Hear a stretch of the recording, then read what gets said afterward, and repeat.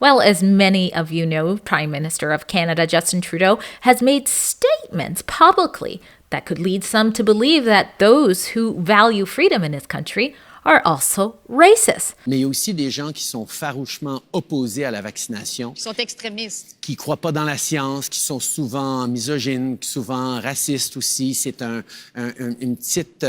petit groupe, mais qui prend de la place. But is one of his preferred media choices doing the same as well? Drea Humphrey here with Rebel News, and today I catch up to interview Mr. James Topp. Mr. Topp is a Canadian Armed Forces veteran who we've done many reports with because he's been marching since February for Canadians' freedom. He's marched all the way to having meetings with MP. He found himself through Ottawa, and now he's been marching through Quebec. But this report actually isn't about his march for freedom. Instead, it's about his fight to stand up for his name to be cleared. You see, Mr. Topp has obtained great lawyers to file a notice of libel to serve Global News, its parent company, Chorus Entertainment, and one of its journalists named Miss Rachel Gilmore. In other words, he's going after them for defamation for the article you're seeing on the screen right now. We're going to hear from Mr. Topp in just a moment, but in case you're new to Rebel News, you don't know who we are the largest independent media in Canada, completely independent of government interests and only interested in bringing you, the public, the truth. If you appreciate that type of news and you want to know where you can get it, you can find us online in many ways, and you can get exclusive content exclusive to you at rebelnewsplus.com. There's affordable memberships there, and every penny that you spend there actually goes to keep our journalism going strong. All right, Mr. James Topp, we meet again sooner than I thought. I knew we'd catch up again, but thanks for being on Rebel News again. No problem. Thank you for giving us the opportunity. Now, as always, even though this report is technically about something else, let's get an update about where you are and what you and your team has been doing March-wise. Yeah, we have approached. We are approaching Montreal, and of course, we did not march. We had marched intermittently throughout Quebec. Based on where our accommodations were and our various meet and greets were happening, there was a requirement for us to kind of hopscotch in various places. Right now, we are staying at a place near Kingsley Falls, Quebec. That's near Sherbrooke. And then on the 27th and the 29th, we are going to be in Montreal doing a couple of meet and greets. And then we have one last meet and greet in Toronto on the 30th. And we may do an extra one if there's the demand for it. Yeah, so in that time we're going to be riding off into the sunset here soon.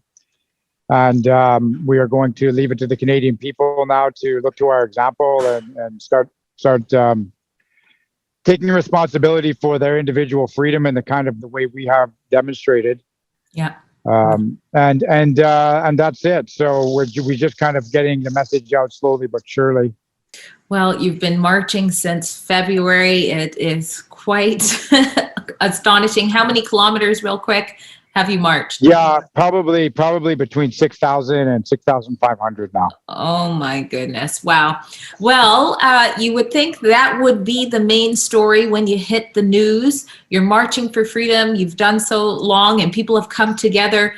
But instead, there was a different article that was put out back in August. And that's why you and I are talking today. You have retained a great lawyer. His name is David Amala from Law. Now, we're familiar with that firm. We know they do amazing work, so congrats there. But tell us why you filed this notice of libel.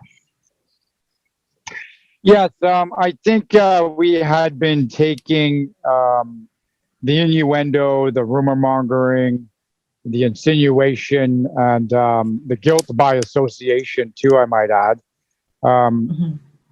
You know, with dignity and grace, from the corporate media, this kind of this commenting, the stealth censorship, if you will. But what happened on August the 18th, there was an article put out by Global News, and they in the URL of the article itself, I have there's several labels applied. I won't repeat them here, but they're egregious enough. Again, they were insinuating that I am an extremist or the far right, whatever that actually means. I'm not sure. So I felt that now that was the time to stop taking this stuff lying down and to start pushing back a little with regards to at least getting some advice about potential legal action. And that's what we did with Mr. Almala.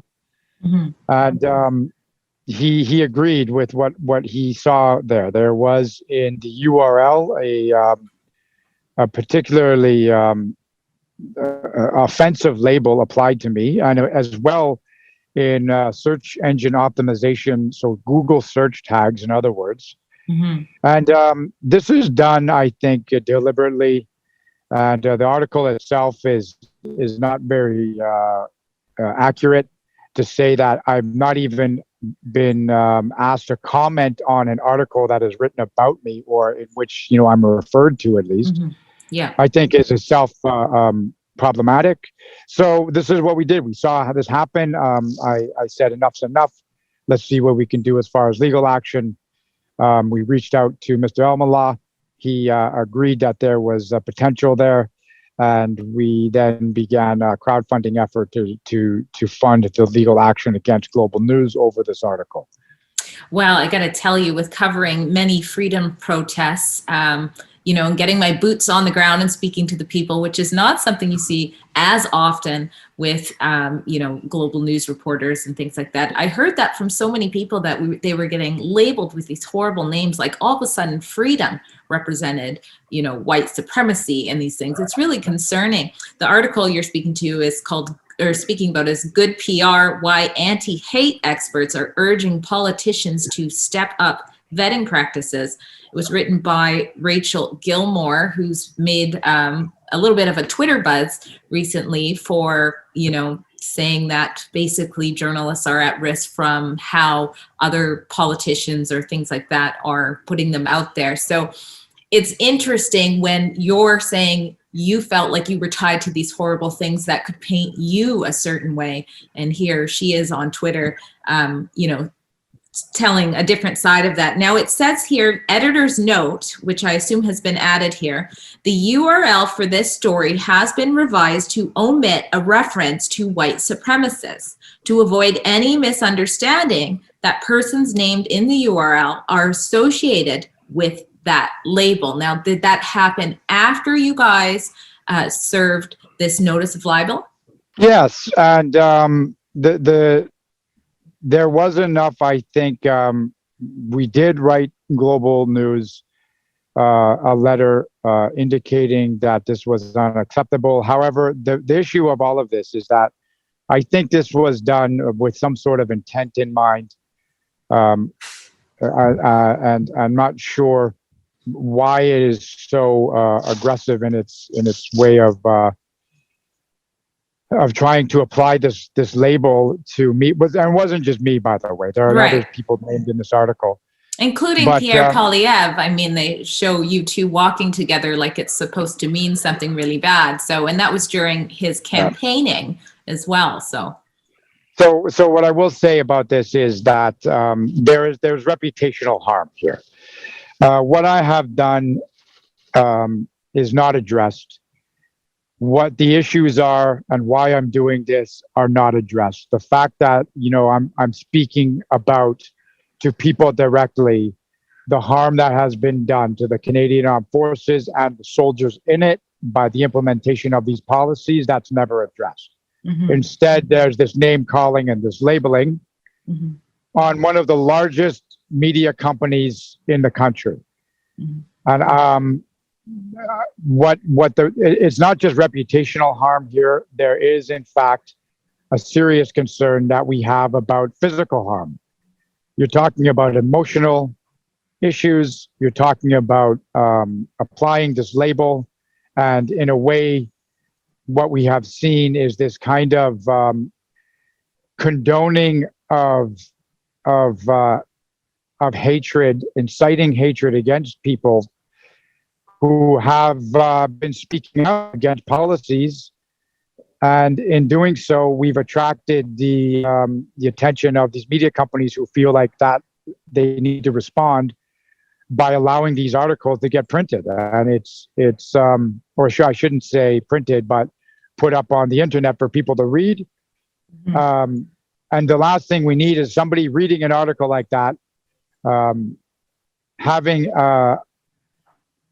experiencing a bunch of negative emotion, and then getting behind the wheel of a car and then potentially seeing me on the side of the highway. Mm-hmm. This is the actual one of the concerns that we have.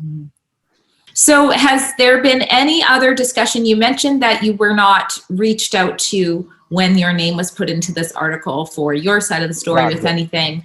And what about since this action has been filed? We see now there's an updated note. Have you had any communications with Global News? Is there any plans to do an apology or write a new article? I know that was one of the things that you guys are asking, basically, is to set the record straight. How has that been going?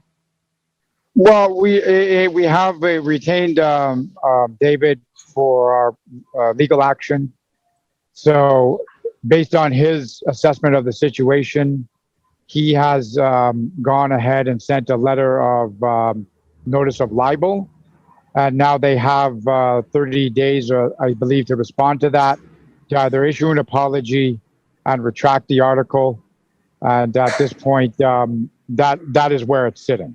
This legal action is secondary to our main effort. The main effort is trying to bring to the attention to the Canadian people and to our representatives in the House of Commons what has happened to our workforce, what has happened to the public service, what has happened specifically that I can speak to the Canadian Armed Forces, in that the implementation of these mandates back in November that caused people to have to lose their jobs, to be denied a paycheck.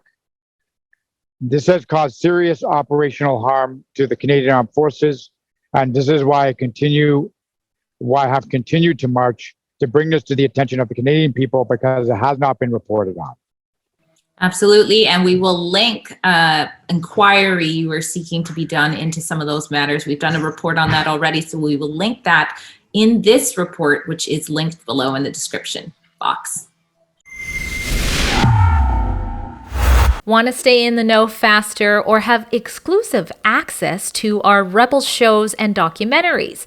If so, please head to rebelnewsplus.com. We have membership starting at as little as $8 a month. And that also helps contribute to keeping the lights on here at Rebel News, but most importantly, bringing you the other side of the story that the legacy media won't cover.